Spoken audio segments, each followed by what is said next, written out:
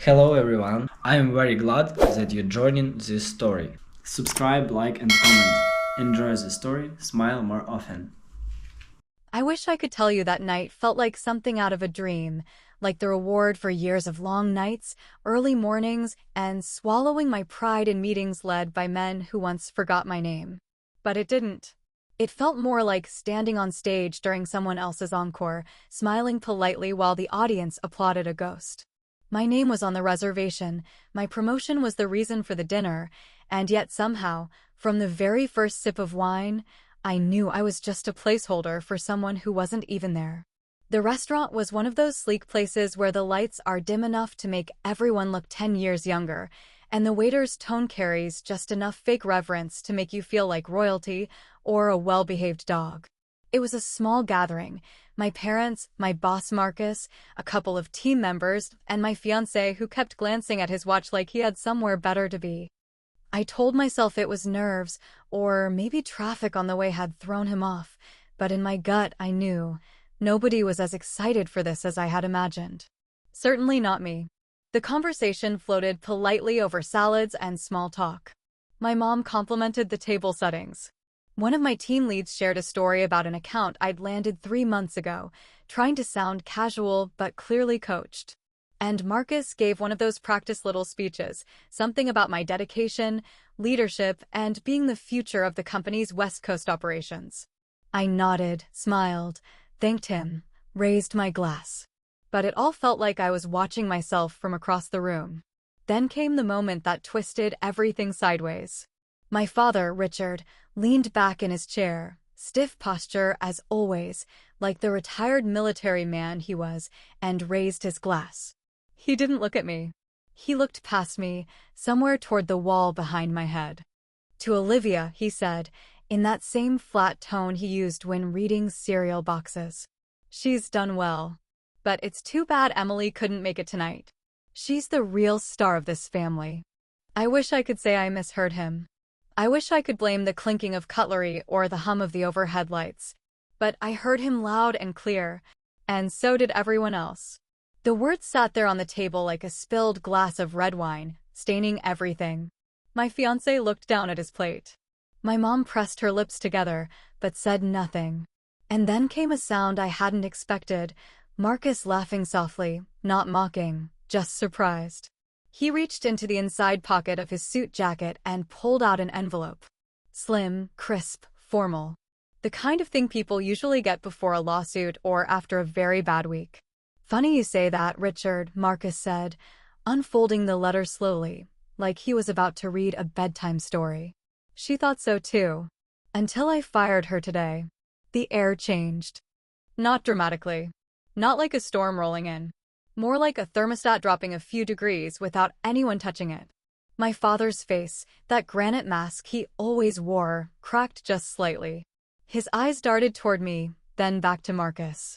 He opened his mouth, but no sound came out. I didn't say a word. Not even a smirk. I just picked up my wine glass, brought it halfway to my lips, and let it hang there, suspended in midair like the moment itself. That was the first time I saw my father look small. Not angry. Not disappointed. Just small. You ever had that moment? That one goddamn moment where the spotlight was finally on you, but someone had the nerve to drag a different name into your applause? Like your wins weren't real until they were compared to someone else's shadow? Be honest, who is your Emily? Because most of us have one. A sibling, a coworker, a friend who always seemed to walk into rooms you built and get praised for simply existing in them. Drop it in the comments. I'm serious. I want to hear your stories. I bet they're messier than mine. Anyway, I should have felt triumphant in that moment, right? Vindicated. But I didn't. Not yet. Not even close. Because what Marcus said, and what my father didn't say, was only the beginning. And trust me, the real fallout hadn't even started. You ever grow up in a house where the sun only seemed to shine on one side of the dinner table, where praise was rationed out like wartime sugar, but somehow your sibling always got the full spoonful? That was my childhood, a stage where I was permanently cast as the understudy, applauding quietly from the wings while my sister, Emily, soaked in every spotlight without even trying. From the earliest years, it was clear Emily wasn't just the favorite, she was the goddamn family brand. She was the one with the perfect smile that could charm the neighbors and the grocery clerks and the Sunday school teachers alike. Emily had this way of speaking that made people lean in, like whatever was coming out of her mouth deserved to be carved into stone tablets. And me? I was the girl with straight A's and a drawer full of certificates that no one ever framed. I was the one who practiced piano until my fingers ached, but looked out into the audience and saw only empty chairs where my parents should have been sitting. I still remember that one recital. I must have been 11, maybe 12. I had spent weeks preparing Chopin's Nocturne in E-flat major, rehearsing every note until it lived inside my bloodstream. The night came, I wore my best dress, even put on that stupid glitter hairband my mom said made me look presentable. But they didn't come. They missed it. Said something about Emily's debate club getting bumped up on the calendar, and it just couldn't be missed. I played anyway, to a half-full hall of strangers clapping politely, while my parents sat in a school auditorium somewhere else, cheering on my sister's 5-minute speech about water conservation like it was a TED Talk. And it wasn't just once. It was a pattern, repeated so often it stopped feeling like coincidence and started tasting like punishment. Every time I won something, science fair ribbons, student council elections, regional math contests, it was met with the same lukewarm reaction. That's nice, honey. Good job. No celebration, no dinner out, no fuss. But the day Emily got her first internship at some shiny nonprofit, my father opened a bottle of his 20-year-old scotch and toasted her like she'd cured cancer. The message was never shouted, but it was clear. Emily was the story they wanted to tell. Emily was the one they bragged about at barbecues and holiday parties. Our Emily is such a go-getter, my mom would beam, completely unaware that I was sitting right there, quietly chewing the inside of my cheek until it bled. And maybe it sounds petty, but when you grow up being told subtly, passively, and repeatedly that you're the runner-up in your own life, it starts to shape you in ways you don't notice until much later. You learn to work harder, say less, stay smaller. You tell yourself that someday, when you're standing on top of something you built with your own hands, they'll see you clearly for the first time. But the truth is, even when that day comes, it doesn't feel the way you imagined. Because if their love had conditions in childhood, their pride will carry the same fine print. That's why the dinner the other night, the one where I was supposedly the star, felt more like a rerun of an old disappointment. I should have been glowing. I should have felt unstoppable. But instead, I felt like a placeholder again, as if this moment was just a detour until Emily could come in and steal the show. And in some twisted way, part of me expected it. Part of me was bracing for the punch before it landed. I can still see my father's face as he raised that glass and tossed off his little dig about Emily being the real star. It wasn't just a joke, it was a reflex. A gut-level truth he didn't even know how to suppress. He wasn't trying to hurt me. That would have required effort. He just didn't think I was worth centering. Not even for one damn night. And the worst part? I didn't even flinch. That's how used to it I am. That's how deep the roots of this golden child syndrome run in our family tree. You stop reacting to the slap when you've been raised on silence. Emily's life, her career, her reputation, even her goddamn charm, always had scaffolding. People holding her up, covering her flaws, spinning her stories into gold. Me? I built every rung of my own ladder, and I climbed it alone, even while hearing voices from below telling me I was on the wrong wall. So yeah, it's true. Emily's career was fast-tracked by charm and connections. She knew how to work a room, how to make senior management feel special, how to flirt just enough to make deals happen without ever crossing the line. She was a master manipulator dressed up as a team player. And I was the backbone, the one who stayed late, who ran the numbers, who kept everything from falling apart when her charm faded under pressure. But guess who got the credit? I guess that's why when Marcus dropped that letter on the table and said he fired her, something inside me flickered. Not joy, not triumph, but something quieter. like a window opening in a room that had been stale for decades. And I'll admit something now that I've never said out loud. There was a moment, years ago, I can't even remember what triggered it, when I imagined her failing. I imagined her losing it all. And I hated myself for it. Or maybe I didn't. Maybe deep down I needed to imagine it, just to remind myself that fairy tales can burn too. The silence that followed Marcus's words wasn't immediate, but it crept in slowly like a fog rolling in from nowhere, swallowing conversation, draining the color from everyone's faces, and pulling the room into a kind of frozen stillness that only truly shocking news can create. You could practically hear forks resting gently on porcelain plates, wine glasses being set down a little too carefully, like any sudden movement might shatter the tension hanging in the air. No one spoke at first, not even my father, which in itself was unusual because he always had something to say, usually a dismissal, a correction, or a commanding tone that made everyone sit up straighter, even at family dinners. But this time, he didn't speak right away. He just stared at Marcus like he couldn't quite compute the words that had just been spoken, as if they were spoken in a language he'd never learned, or worse, one he refused to understand. I could feel every eye turning toward me, some filled with confusion, others with a tinge of pity, and a few, just a few, held something more complicated, like curiosity laced with suspicion. After all, it was my promotion dinner, and suddenly the attention had violently shifted to my sister's downfall. Marcus, still holding that envelope like it was just another item on his evening's checklist, folded it slowly and slid it back into his jacket pocket without fanfare. Then he leaned back in his chair with the same calm authority he always carried, the kind that comes from being the kind of man who doesn't need to raise his voice to dominate a room. He looked directly at my father and spoke with a tone so smooth it made the words sound almost gentle, which made them hit even harder. "She's been under review for over a month," Marcus said, his voice steady and clear. There were irregularities in her project budgets, several falsified reports, and more than one complaint about her behavior from team members, some junior, some not so junior. We did our due diligence before taking action. This wasn't a knee-jerk decision.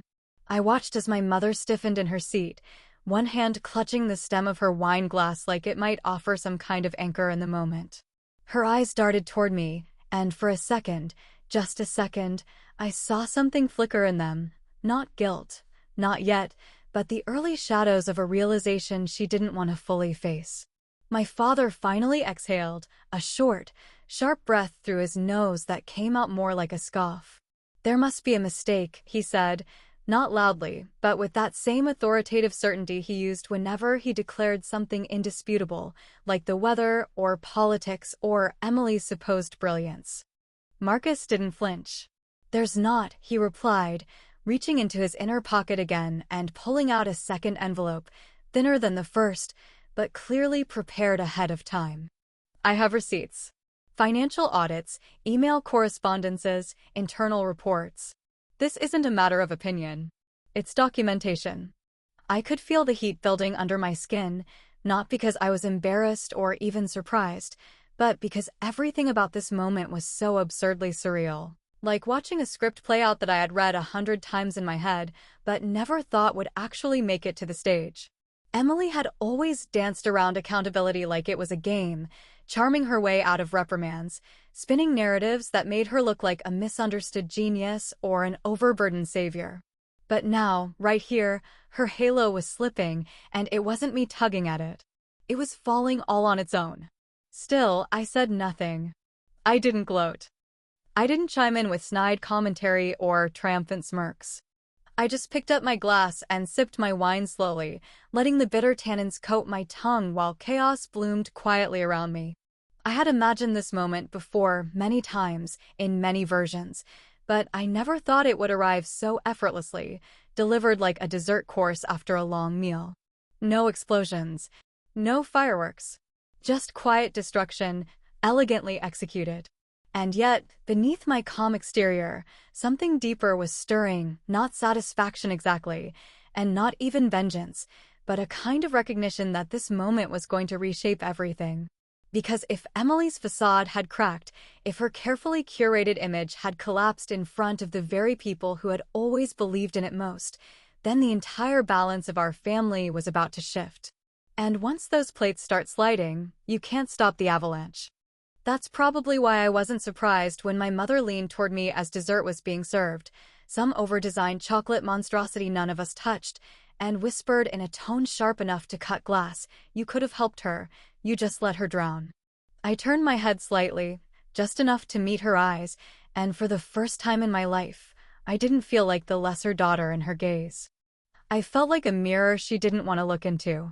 And maybe, just maybe, she finally saw the reflection she'd been avoiding all these years. It didn't take long for the dinner to unravel once dessert had been cleared, and the weight of Marcus's words had fully sunk into the bones of everyone at the table, echoing long after the plates were gone and the wine had turned flat.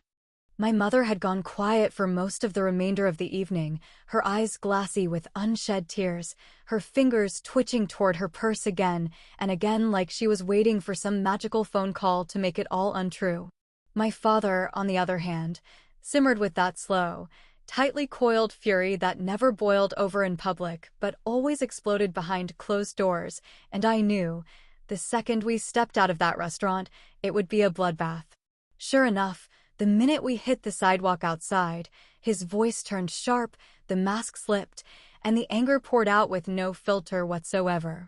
"You think this makes you better than her now?" he spat, not even pretending to soften the blow, his words knifing through the night air like shrapnel. He wasn't even looking at me when he said it, just ahead, as if accusing the world itself for putting him in this position, as if the disgrace of his precious daughter being fired was somehow my fault by proximity. I didn't flinch.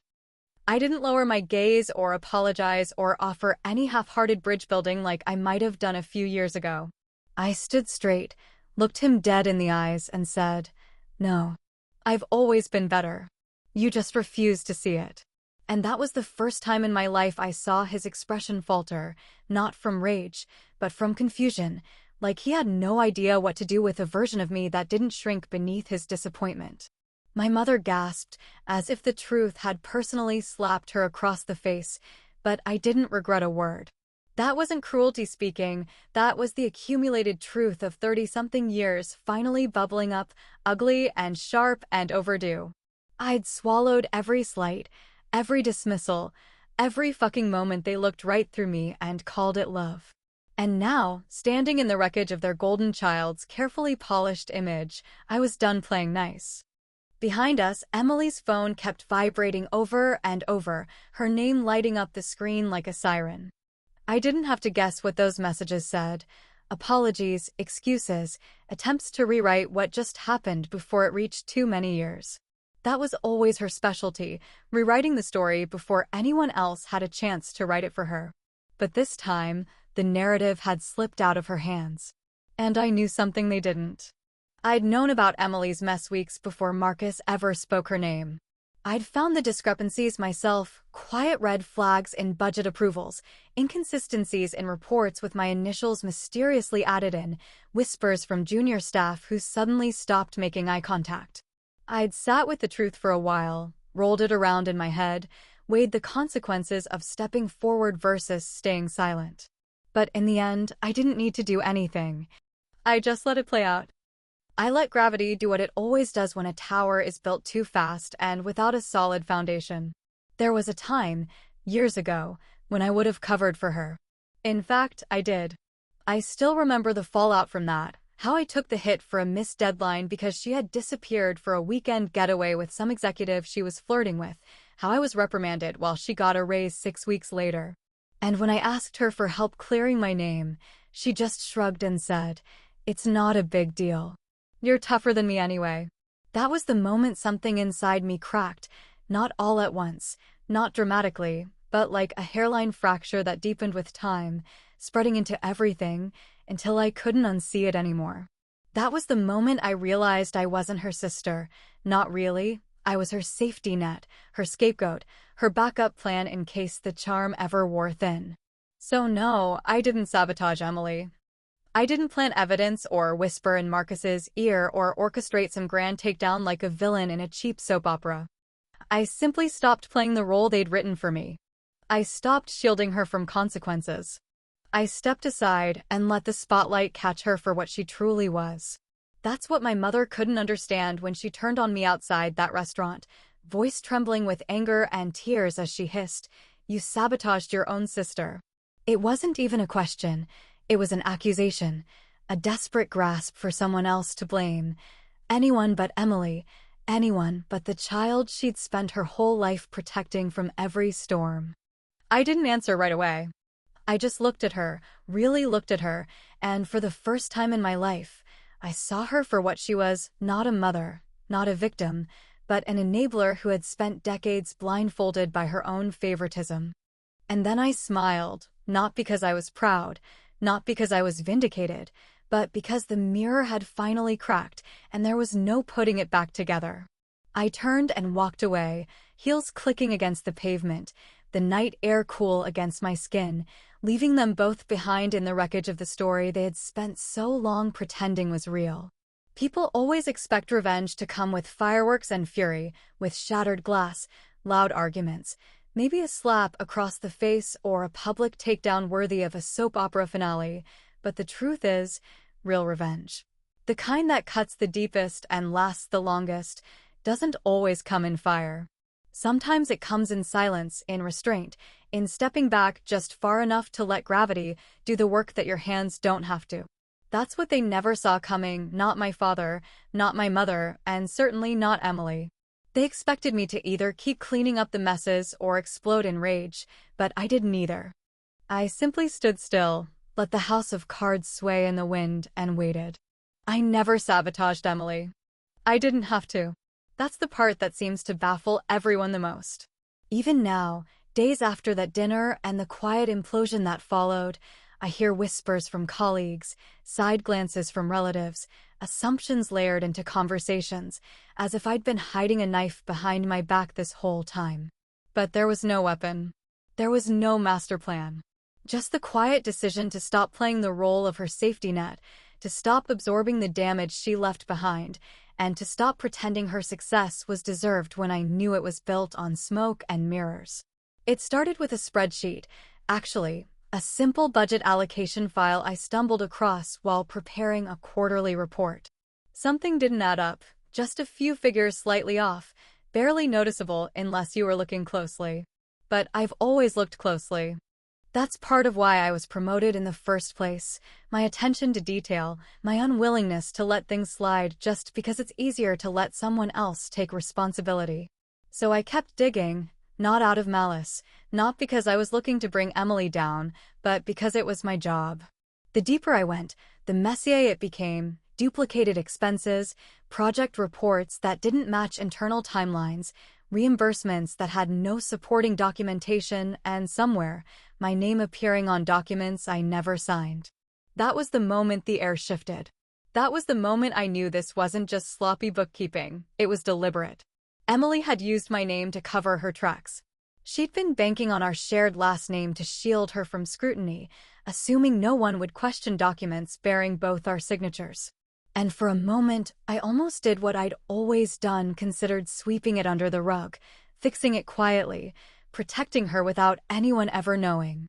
But something stopped me this time. Maybe it was the exhaustion, the years of being passed over, the weight of being the dependable one with nothing to show for it but empty nods and backhanded compliments. Or maybe it was something simpler. Maybe I just got tired of carrying someone else's crown while they danced through life pretending they'd earned it. So instead of confronting her, instead of reporting her, I simply placed the files where they belonged, in a shared directory where Marcus's assistant would find them during the monthly review. Nothing more, nothing less. No call to HR. No dramatic meeting behind closed doors. I just stepped aside and let the truth walk its own path. The fallout wasn't immediate. At first, nothing happened. Weeks passed. Emily floated through the office like always, charming and oblivious, tossing around buzzwords and fake empathy in meetings, brushing off deliverables with confident nods. But I could see the shift behind the scenes, the increased oversight, the whispers in the break room, the subtle distancing from the executive team. And then, finally, the hammer dropped. Quietly, professionally, with all the precision of a scalpel. Marcus didn't need my help, he just needed the facts. And she gave them to him in abundance. People think revenge is loud. Mine was quiet. Mine was surgical. And mine was long overdue. I didn't burn her career to the ground. I just removed the fire extinguisher and let her play with matches. And the most satisfying part? She lit the fuse herself, smiling all the while, completely unaware that I was no longer standing behind her with a bucket of water like I always had. There's a certain peace that comes from choosing inaction over retaliation. A certain power in letting the truth rise without your fingerprints on the outcome. And as I watched my family scramble to make sense of what happened, as my father flailed for control and my mother begged for someone to blame, I realized they still didn't see it. They still thought the chaos came from me, not from the years of rot they had chosen to ignore simply because it wore the right smile and spoke the right words. I was pouring tea in my apartment when the knock came, soft but desperate, the kind of knock you don't ignore even if you want to. I opened the door, and there she was, mascara-streaked, hair undone, face puffy with crying, looking more like a child than the polished woman they always bragged about. Emily didn't speak at first. She just stared at me, eyes wide, lower lip trembling, like she still couldn't believe the world had stopped revolving around her. And then finally, her voice cracked and fell out of her mouth like broken glass. "You ruined me." I didn't respond right away. I just stood there, holding the door open, watching her crumble. And all I could think was, no, Emily, you did that all on your own.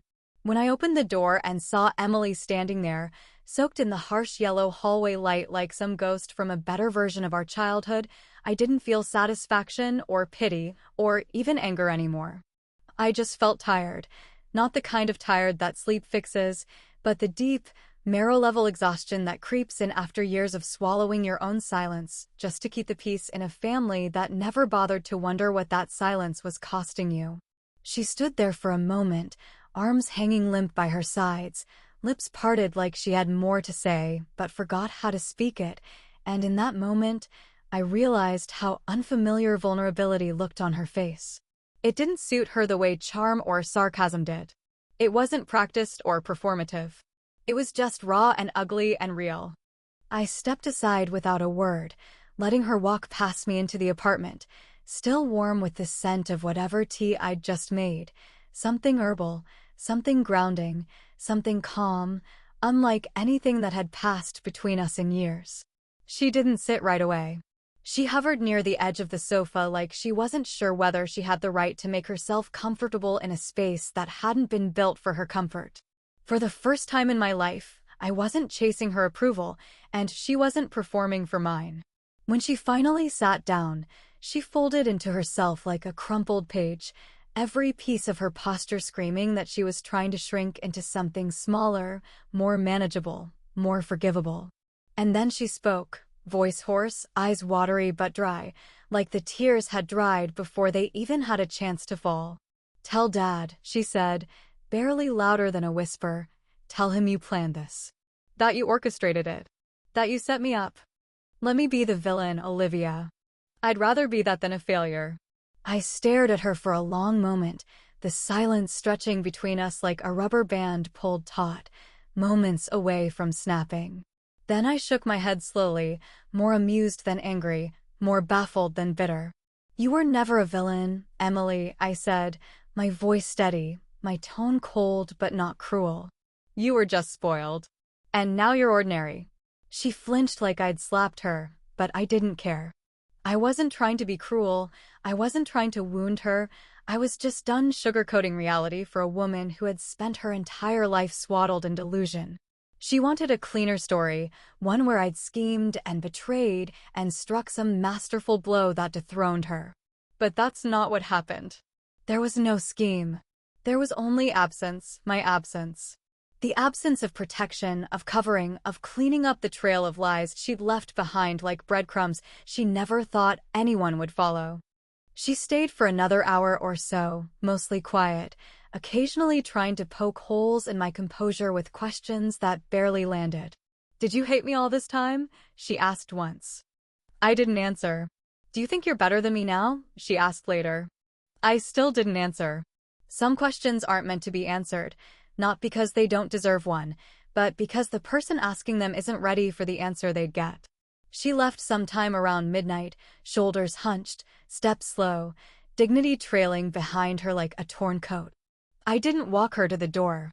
I didn't hug her goodbye. I just let the door click shut behind her and listened to the echo of her footsteps fade down the hallway, one by one, until there was nothing but silence again. The next day, my phone rang. It was my father, his voice lower than usual, scratchy, uncertain, like he'd been rehearsing whatever he was about to say and still wasn't sure it would land right. "I just wanted to say," he began, hesitating as if every word was foreign in his mouth, "I underestimated you, Olivia." I held the phone against my ear, silent for a moment, letting the words sit there, marinate, twist, echo. Then I replied, calmly, flatly, without apology. "No, Dad. You saw me just fine. You just didn't care." There was a long pause on the line, the kind that would have broken me years ago, that would have sent me spiraling, reaching for his approval, begging to be seen. But now? Now I let the silence hang like a final sentence in a book I didn't need to finish reading. He mumbled something else, maybe a half-hearted apology, maybe nothing at all, and then the call ended, and just like that, a chapter closed without ceremony. I sat alone in my apartment that night, the quiet humming in my ears, my promotion plaque still resting on the shelf across the room, untouched since I brought it home. I looked at it for a long time, not smiling, not bitter, just still. Not because the victory wasn't real, but because it no longer needed to be loud. I didn't need their applause anymore. I didn't need their recognition, or their guilt, or even their regret. What I needed, what I finally had, was the space to exist on my own terms, without their shadows clinging to me like vines. Turns out I didn't need revenge. I just needed everyone to stop pretending Emily was someone she wasn't. That's enough for me. Or maybe it isn't. Maybe next time, I won't be so quiet.